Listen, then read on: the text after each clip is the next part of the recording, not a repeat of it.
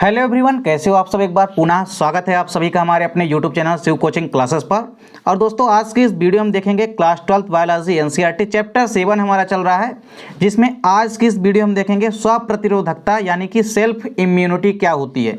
देखिए, इसके पहले प्रीवियस वीडियो आपने देखा था कि इम्यूनिटी यानी कि प्रतिरक्षा क्या होती है, और साथ ही साथ प्रतिरक्षा विज्ञान यानी कि प्रतिरक्षा तंत्र के बारे में आपने पूरा डिटेल में देखा था।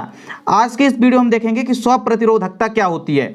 तो देखिए, प्रतिरक्षा या प्रतिरोधकता आपने देखी है, तो प्रतिरोधकता क्या होती है। तो स्व प्रतिरोधकता को समझने के पहले आपको प्रतिरक्षा या प्रतिरोधकता के बारे में पता होना चाहिए। देखिए, स्व प्रतिरोधकता यानी कि इसके पहले आपको जो प्रतिरोधकता है, प्रतिरोधकता यानी कि प्रतिरक्षा। प्रतिरक्षा का मतलब होता है कि हर एक जीवधारी के अंदर एक विशिष्ट प्रकार की रोगों से लड़ने की क्षमता पाई जाती है, और किसी भी जीवधारी के अंदर रोगों से लड़ने के लिए पाई जाने वाली इसी क्षमता को ही क्या कहते हैं, प्रतिरक्षा या प्रतिरोधकता कहते हैं। अब इसके बाद आपने प्रतिरक्षा तंत्र में देखा था कि इन प्रतिरोधकताओं के निर्माण में, मतलब डेवलप करने में, किसी भी प्रतिरक्षा तंत्र के निर्माण में सबसे जो अहम भूमिका होती है वो होती है लिम्फोसाइट की। तो देखिए, जो लिम्फोसाइट की कोशिकाएं होती है, बेसिकली जो टी एवं बी कोशिकाएं होती है, यही कोशिकाएं क्या करती है कि विशिष्ट प्रकार के एंटीबॉडीज का निर्माण करती है, यानी कि शरीर में प्रतिरक्षा तंत्र का निर्माण करती हैं। तो प्रतिरक्षा तंत्र के निर्माण में इनकी अहम भूमिका होती है। तो स्व प्रतिरोधकता में क्या है कि जैसा कि प्रतिरोधकता होता है, मतलब जीवों के अंदर रोगों से लड़ने की क्षमता, यही तो है प्रतिरक्षा या प्रतिरोधकता। अब देखिए, सेल्फ इम्यूनिटी में क्या हो जाएगा, स्व प्रतिरोधकता में देखिए क्या होता है कि यह एक ऐसी प्रतिरोधकता होती है जो कि किसी भी जीवों में अपनी ही रचनाओं के खिलाफ पैदा हो जाती है या कि उत्पन्न हो जाती है। मतलब यह एक ऐसी प्रतिरोधकता है जो जीवों के अंदर अपनी ही रचनाओं के खिलाफ विकसित हो जाती है। मतलब यदि यकृत के अंदर प्रतिरोधकता विकसित होती है तो उसी यकृत कोशिकाओं को नष्ट करने लगती है। मतलब यहाँ पे क्या है कि जो प्रतिरोधकता होती है, यह प्रतिरोधकता जो होती है किसी भी जीवों में अपनी ही रचनाओं के खिलाफ पैदा हो जाती है। तो जिस अंग में ये पैदा होगी उसी रचनाओं के खिलाफ ये पैदा हो जाएगी, जिस अंग में ये कोशिकाएं होंगी उसी अंग में ये रचनाएं विकसित हो जाएगी, यानी यह प्रतिरोधकता जो है विकसित हो जाएगी। तो वह प्रतिरोधकता जो किसी भी जीवों में अपनी ही रचनाओं के खिलाफ ही पैदा हो जाती है, स्व प्रतिरोधकता कहलाती है। बेसिकली यह एक प्रतिरोधकता, ऐसी प्रतिरोधकता है जो कि कई बीमारियों को भी साथ ही साथ पैदा करती है। और ये बीमारियां भी इस बात पर निर्भर करती है कि शरीर की जो रचना होती है उसके प्रति प्रतिरोधकता विकसित हुई है। मतलब जो इम्यूनिटी डेवलप हुई है, ये किसी भी बीमारी में यदि ये प्रतिरोधकता विकसित हुई है तो ये इस बात पर निर्भर करती है, ये बीमारियां बेसिकली इस बात पर निर्भर करती है कि शरीर की जो रचना होती है उसके प्रति ही प्रतिरोधकता विकसित हुई है।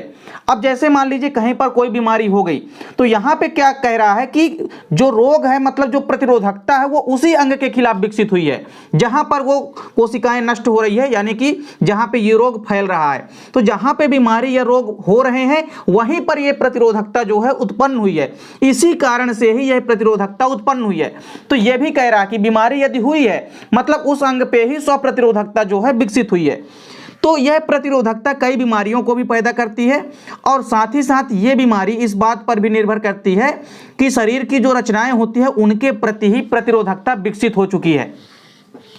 अब इसके बाद देखिए, कई सारे स्व प्रतिरोधकता के एग्जाम्पल आपको देखने को मिलते हैं। देखिए, स्व प्रतिरोधकता के एग्जाम्पल यदि देखते हैं तो जैसा कि आपने क्या देखा कि अपने ही रचनाओं के खिलाफ यह प्रतिरोधकता विकसित हो जाती है। अब जैसे यहाँ पे पहला एग्जाम्पल क्या है कि यदि शरीर के अंदर जो WBC होती है, सॉरी जो RBC होती है, रेड ब्लड कॉर्पसेल्स जो होती है, मतलब जो लाल रक्त कणिकाएं होती हैं, यदि उनके प्रति प्रतिरोधकता विकसित हो जाती है तो वह अपने ही RBC को नष्ट करने लगती है। मतलब RBC के प्रति यदि प्रतिरोधकता विकसित हो गई है तो वह अपने ही RBC को नष्ट करेगी, और जब RBC को नष्ट करने लगेगी तो इससे क्या होता है, रक्त की कमी होगी, और जाहिर सी बात है कौन सा रोग होगा, तो ब्लड की कमी से एनीमिया रोग होता है। तो जैसे जैसे क्या होगा कि शरीर में यदि RBC के प्रति प्रतिरोधकता डेवलप हो जाती है तो वह अपने ही RBC को नष्ट करने लगती है, और अपने ही RBC को नष्ट करके एनीमिया रोग जो है पैदा कर देती है। इसके बाद देखिए, दूसरा एग्जाम्पल है कि यदि किसी शरीर में पेशी कोशिकाओं के प्रति प्रतिरोधकता डेवलप हो जाए। मतलब किसी भी मसल्स के प्रति यदि कोई भी प्रतिरोधकता यानी कि इम्यूनिटी डेवलप हो जाती है तो वह अपनी ही पेशी कोशिकाओं को नष्ट करने लगते हैं। तो जैसा कि आपने आरबीसी में देखा, सेम वही कंडीशन कहाँ पे है, पेशी कोशिकाओं में यानी मसल सेल में।